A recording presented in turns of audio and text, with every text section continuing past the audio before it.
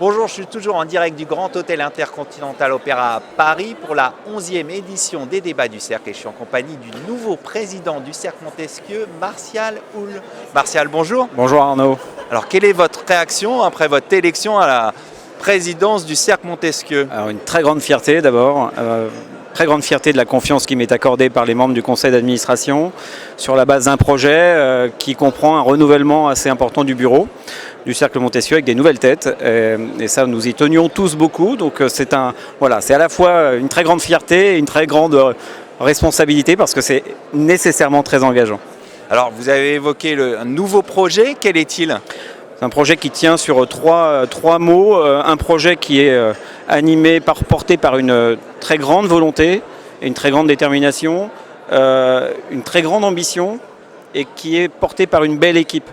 Et ces trois mots sont importants, volonté, ambition, équipe. Peut-être un mot sur l'équipe d'abord. Sur l'équipe, alors on a un bureau assez renouvelé, outre le conseil d'administration qui va petit à petit se transformer parce qu'on l'a annoncé. On a augmenté ce matin le nombre de mandats d'administrateurs pour faire rentrer de nouvelles têtes et en même temps organiser, sans rompre les équilibres actuels, organiser une fluidité dans les renouvellements du conseil d'administration. Il faut que ce conseil vive, respire, donc ça c'est très très bien et tout le monde le comprend. Le bureau composé par donc une nouvelle secrétaire générale qui est Karine Tolmer, un nouveau trésorier qui est Donatien de Longeau et 4 vice-présidents, Maria Pernas, Amélie Debro, Jacques-Olivier Boudin qui était trésorier jusque-là du Cercle et Olivier Bellondrade qui était déjà vice-président et qui reste vice-président. Chaque vice-président étant porteur de portefeuille sur des thèmes qui sont les thèmes qui concernent l'évolution de nos métiers, la manière dont on doit affronter certains sujets, en tout cas se confronter à certains sujets sur la conformité, sur la RSE. Et je fais bien la distinction entre les deux parce que la RSE n'est pas toujours un sujet de conformité, ça peut être aussi un sujet de communication ou d'abord un sujet de communication. Donc nous allons travailler sur l'évolution de nos métiers, l'évolution sur les technologies également et en même temps une nécessité de nous interroger sur le nombre de membres du Cercle Montesquieu. Nous avons connu une forte croissance sous la mandature de l'or. Je crois de 300 à 700 membres. 500, un peu plus de 500. Mais en même temps, nous ne sommes pas la plus grosse association en termes de directeurs juridiques.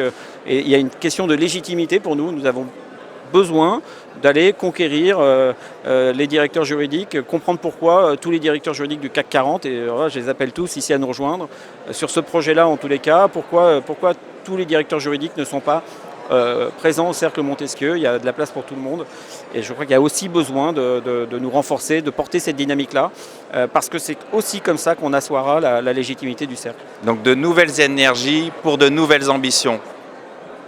Et une très grande volonté, notamment dans la modernisation du Cercle, modernisation de sa gouvernance. Il y a 18 mois, nous avions créé des comités d'orientation stratégique, que l'on appelle comités scientifiques, que l'on n'avait pas vraiment activés. Ces comités ont vocation à être composés de plusieurs personnalités, à la fois des membres du Cercle et en même temps des personnalités extérieures. On a besoin de s'enrichir, de se nourrir de réflexions, d'avocats, l'idée c'est de pousser la réflexion, de professeurs, d'économistes, c'est de pousser la réflexion. Là encore, pour asseoir notre autorité, notre légitimité, nous allons les activer autour de trois thèmes centraux, à la fois la reconnaissance de nos métiers, qui ne sont pas que des métiers du droit, mais qui posent la question de la place du droit dans l'entreprise. Est-ce que nous sommes naturellement en charge des sujets de conformité, de l'audit interne, du contrôle interne? Ce sont des sujets que l'on doit adresser, des réflexions que l'on doit avoir. Ça pose la question de la place que l'on a dans l'entreprise. Est-ce que les directeurs juridiques sont légitimes, par exemple, à être administrateurs d'entreprise? Moi, je pense que oui. Mes expériences récentes montrent qu'on ne pense pas vraiment aux directeurs juridiques quand on va choisir des administrateurs ou des administratrices indépendantes. Il y a très peu de juristes qui sont shortlistés par les cabinets de chasse. Je pense que ce n'est pas normal, on a une valeur ajoutée, on a une plus-value à apporter. Même si il y a une tendance quand même à beaucoup de directeurs juridiques qui prennent des places. C'est une micro-tendance, il faut la renforcer parce que là aussi c'est la place de nos métiers et nous avons là aussi une valeur ajoutée. Il ne s'agit pas de dire on y est parce qu'on doit y être, on y est parce qu'on a quelque chose à apporter. Et enfin il y a aussi la confidentialité des avis. Et bien évidemment le legal privilege, la confidentialité de nos avis, c'est toujours un combat, ça restera un combat, on doit adresser ce combat-là. Le deuxième comité d'orientation stratégique, c'est la promotion de nos produits. Le Cercle a un fonds de commerce assez magique, avec une qualité de production, de réflexion qui est reconnue par tous, et une vitrine qui mériterait d'être un peu mieux travailler, de manière peut-être un peu plus professionnelle, dans la manière de faire la promotion de nos produits, de nos réflexions.